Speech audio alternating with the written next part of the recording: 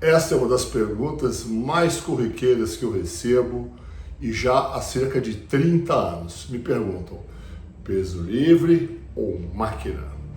Eu digo para vocês que a resposta, ela, dentro da minha própria opinião, ela mudou ao longo dos últimos anos e ela mudou em função de algo que eu vou dizer para vocês. Muito bem. Qual é a vantagem de um e qual é a vantagem do outro?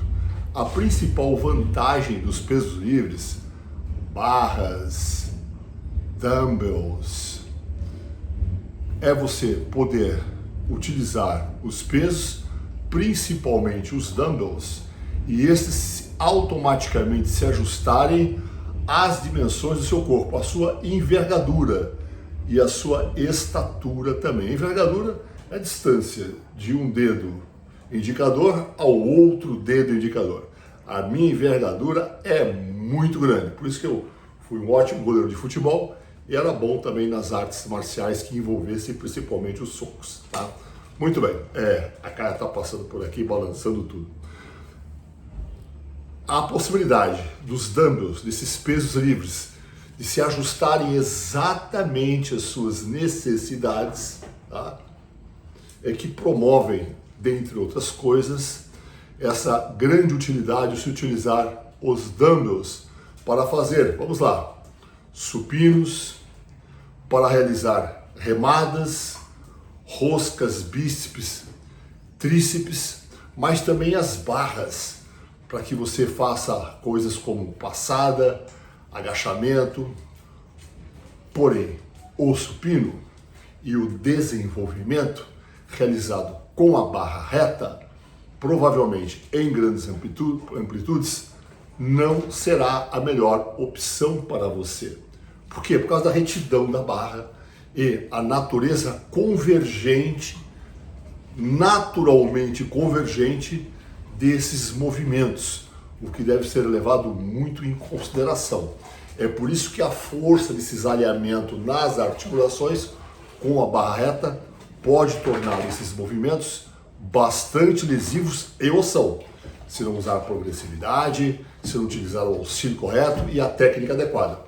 Aí é que entram as máquinas. As máquinas, elas hoje em dia, elas são em número muito maior, com construtos e projetos até bem sofisticados, podendo substituir os pesos livres, muitas vezes com vantagem. E qual é essa vantagem? É a vantagem do movimento ser direcionado, não haver muita necessidade de coordenação intramuscular, permitindo que você treine com bastante sobrecarga e o maior nível de segurança. Inclusive tem equipamentos que já têm esses mecanismos de segurança caso algum acidente aconteça.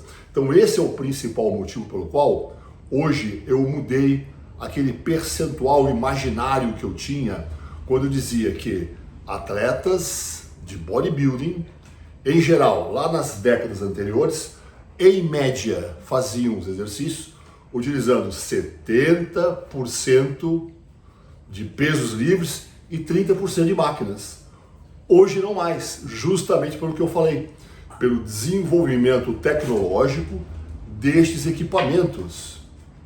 Eles foram se desenvolvendo, foram se aperfeiçoando, de forma que talvez hoje esse percentual seja justamente o oposto.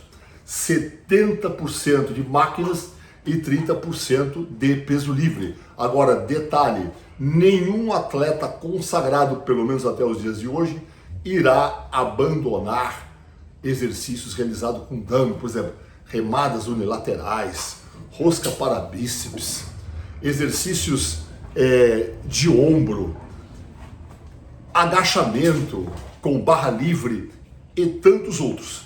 São insubstituíveis, pelo menos até o presente momento. Mas eu digo tranquilamente para vocês que esse percentual, nessa altura de 2023, esse percentual modificou-se bastante pela engenharia, pela ergonomia das máquinas. Ok, quer entender mais sobre ergonomia, sobre funcionamento, a ação de cabos, a ação de polias excêntricas, polias concêntricas, movimentos convergentes e muito mais?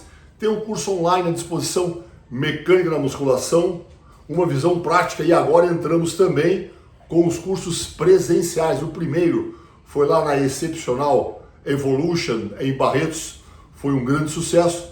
Já temos 2 marcados aí para 2024 e mais alguns aí a serem marcados. Ali vocês irão entender a natureza mecânica, vocês irão entender a utilização de exercícios utilizando barras atadas a cabos, barras livres, máquinas convergentes, máquinas divergentes e uma série de outras condições e situações mecânicas que poderão ser bastante interessantes no seu dia a dia, principalmente podendo você aí frequentar academias com esse emaranhado de equipamentos. Às vezes a pessoa vê e não sabe exatamente para que serve e nem qual é o benefício daquela máquina, porque não tem a noção estrutural, mecânica, da mecânica vetorial da aplicação de cada uma delas. Agora, não resta dúvida, os pesos livres, voltando para eles construíram físicos impressionantes, tem a vantagem também de não ser de alto custo.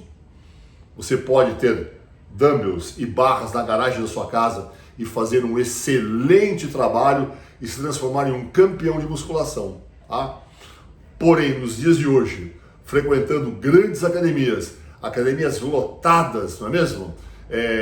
Pós-pandemia, as academias encheram muito, as pessoas se conscientizaram mais da necessidade de estarem em forma e invadiram as academias. Chega na academia, tem vários equipamentos para dar vazão aos exercícios e às séries dos alunos. A pessoa chega ali, nem sabe exatamente para que serve e nem sabe como utilizar corretamente e quais são as vantagens e as possíveis desvantagens também desses equipamentos. Agora é lógico, tá? Tem várias indústrias de máquinas excelentes, de uma engenharia fantástica, de um construto excepcional, mas garanto para vocês, nem todas as máquinas são boas máquinas. Eu já me deparei com máquinas tão ruins que simplesmente desisti de utilizá-las e imediatamente voltei para os pesos livres. Agora existem máquinas que são tão bem construídas e com ajustes excepcionais que atendem um espectro muito grande de pessoas. E este é um outro ponto que deve ser tocado.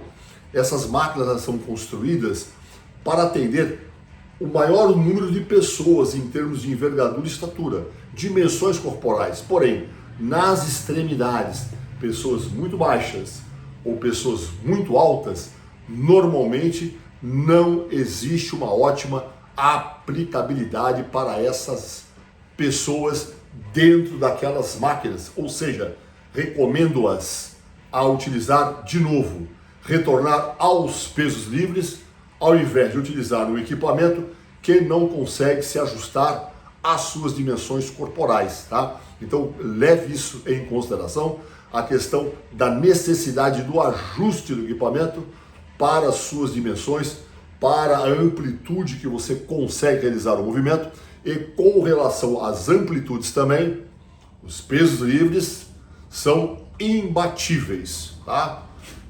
Um supino inclinado, por exemplo, você vai aumentando aquela amplitude, né? Nem todo equipamento tem essa possibilidade de fazer a convergência ideal somado à amplitude ideal para você. Problema que não vai existir quando, por exemplo, você utilizar esse supino com dumbbells em um banco reto ou em um banco inclinado, tá? Espero que a instrução tenha sido de bom proveito para vocês. Um abraço, até a próxima.